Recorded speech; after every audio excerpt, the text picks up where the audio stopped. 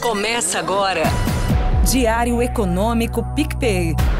Uma análise das principais informações que impactam os mercados, A economia global e do Brasil.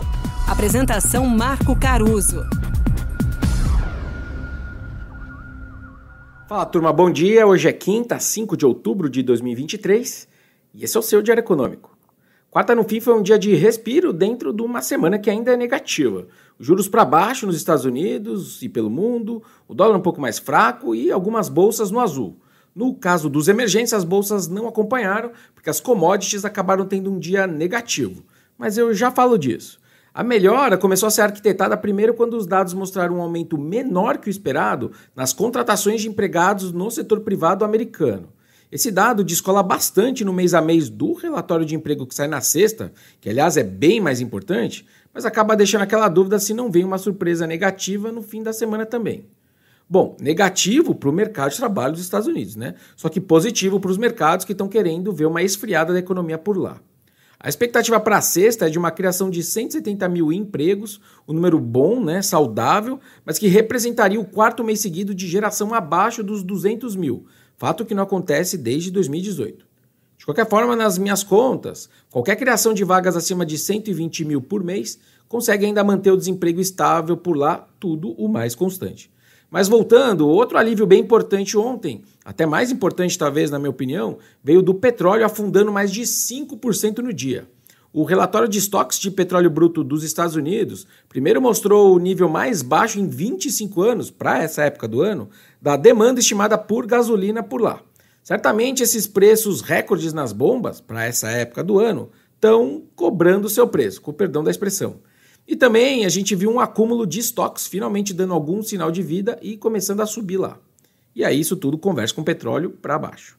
Os dois eventos acabam mostrando também para a gente essa combinação do que está pegando na piora dos mercados esses tempos. Estados Unidos forte e petróleo alto jogando lenha nessa fogueira.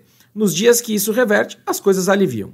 Os outros fios desencapados nessa história toda são as incertezas fiscais americanas, sem novidade ontem aqui, e também o Banco Central japonês, que anda perdido no que fazer no mundo de inflação e juros altos, já que eles estavam mais acostumados a assistir essas coisas de camarote antes. Nesse caso, ontem o BC do Japão fez compras de dívida pública que não estavam programadas. E aí, na contramão do que ele queria fazer no câmbio, de controlar o dólar forte, ele acabou ajudando e preferindo trabalhar em cima desses juros mais altos, que também ajudou o mundo a trabalhar com juros mais baixos ontem. O pré-fixado deles, de 10 anos, só para vocês terem uma ideia, está batendo aí as máximas em uma década. Agora, falando de Brasil, a gente segue à mercê desse ambiente externo. Olhando algumas estimativas sobre a exposição dos grandes fundos multimercados aqui aos nossos ativos, me parece que a exposição na moeda já está bem neutra, o que talvez ajude a não ter movimentos exacerbados de stops de posição quando tem calor externo. Lembrando que a maioria desses fundos vinha vendido em dólar nesses últimos tempos aí. Falando de bolsa, a turma ainda parece comprada, mesmo que eles tenham reduzido mais ou menos a metade nas contas que eu tenho visto. Talvez pelos múltiplos muito descontados do Ibovespa, valuation supostamente barato e também essas commodities que andam resistentes nessa piora toda, o pessoal então tem preferido ter alguma coisa aí de bolsa.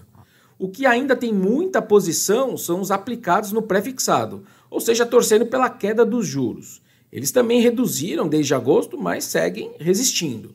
De certa forma, a leitura do pessoal parece que é que a gente está numa janela ruim de mercados, mas que alguns fundamentos ainda ancoram o ciclo de cortes da Selic. Para terminar, a Brasília tem trazido algumas notícias, mas eu não vou chatear vocês com o vai e vem em votações que, na verdade, não andam. Mas uma que passou e segue agora para a sanção do presidente parece interessante de comentar. Saiu o Marco Legal das Garantias, que acaba reformulando justamente as regras sobre as garantias dadas num crédito. Agora, um mesmo imóvel, por exemplo, pode servir de lastro para mais de um empréstimo.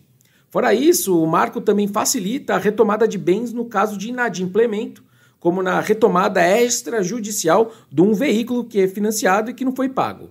A ideia disso tudo é tentar baratear o crédito e reduzir incentivos à inadimplência. Bom dia, bons negócios e sorte sempre! Você ouviu Diário Econômico PicPay. Uma análise das principais informações que impactam os mercados, a economia global e do Brasil. De segunda a sexta, às 6 da manhã, no Spotify e YouTube.